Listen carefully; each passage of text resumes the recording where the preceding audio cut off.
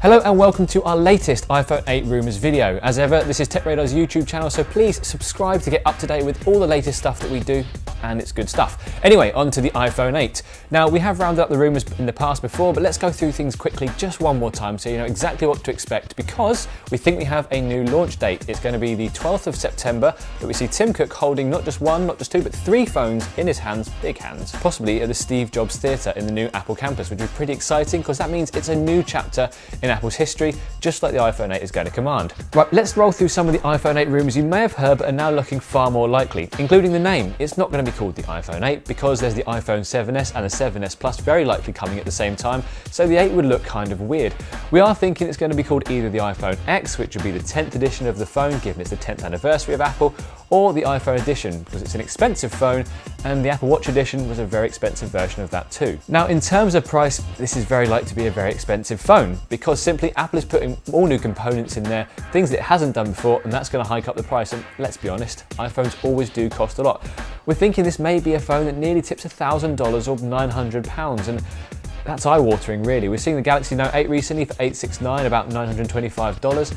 That's already a lot of money and Apple probably is going to push past that. Right, in terms of the design, things are looking nailed on. We've seen for a long time that the iPhone 8 is going to have a pretty much bezel-less display, so all screen on the front with a little cutout at the top for the earpiece and the front-facing camera, but there's going to be no Touch ID home button. That will either be on the back, if you believe some people, or in the power button, which is far more likely, like some of the Sony phones.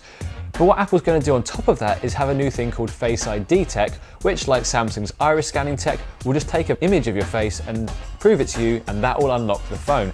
We've seen that reported so far, and that looks very likely to be coming, and that may be the primary way of unlocking the phone. Will it work? Well, if Apple does stuff like that, usually it's fairly foolproof, so we'll see when it launches. There will be one new feature on the new iPhone 8, and that will be a new colouring for the phone. We're thinking blush gold is going to be appearing in place of rose gold, and while the rest of the designs are going to be fairly monochrome, so maybe white, black and grey, the blush gold will give a little bit more colour, and for those that like to be a bit more flamboyant in their iPhone choices, that's going to be for you. When Tim Cook shows off the phone for the first time on stage, there's going to be a lot of talk about that big screen on the front, but on the back there will also be some big new technology we hear a lot about. So the camera is going to be a dual camera again, but instead of horizontal, it will be vertical. Now that will allow obviously great pictures, but also augmented reality or AR. Now this is going to be Apple's big new play for the next few years, we think. And it's basically going to be you can hold your phone up and see different things moving around. Think Pokemon Go recently, but on a far grander scale. Apple is really going all in on this with the AR kit, and it's expecting developers to create some cool new apps and games that really take advantage of this new feature. Now, at launch, we're not expecting to see a huge amount of excitement for this, but over time, this will be something Apple is pushing hard. It's going to be a big feature of the iPhone 8. Right, let's talk about the other two brothers that are coming with the iPhone 8, the iPhone 7s and 7s Plus. Now, they're not going to get top billing because ultimately they're going to be fairly Spartan upgrades of what's there already. So we're thinking the same design as now, the 7 and 7s Plus, both taking the same big and small format, a better CPU inside of course, that makes things more powerful, more battery efficient. But ultimately, you're not going to see a lot of difference. So the same headphoneless jack phones are going to be available for roughly the same price. So we're thinking sort of $649, maybe £599. And that's going to be Apple's play for those that can't really afford and don't want to spend all this money on this fancy new tech. You've got an iPhone there for you as well. There is one thing that always worries us with iPhones, and that is battery life. And the iPhone 8 probably isn't going to have the greatest battery of all because there's such a big screen there to power.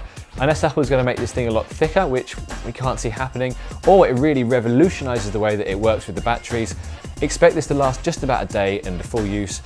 And that's going to be enough, just enough for most people. So this is going to be one of the biggest smartphone launches Apple's ever had in its history, although only metaphorically, because this actually will be quite a compact handset. But what do you think? Is this going to be overhyped, overpriced? Is it going to deliver exactly what you need from Apple? Let us know in the comments below, because we do read them and we do really care what you think.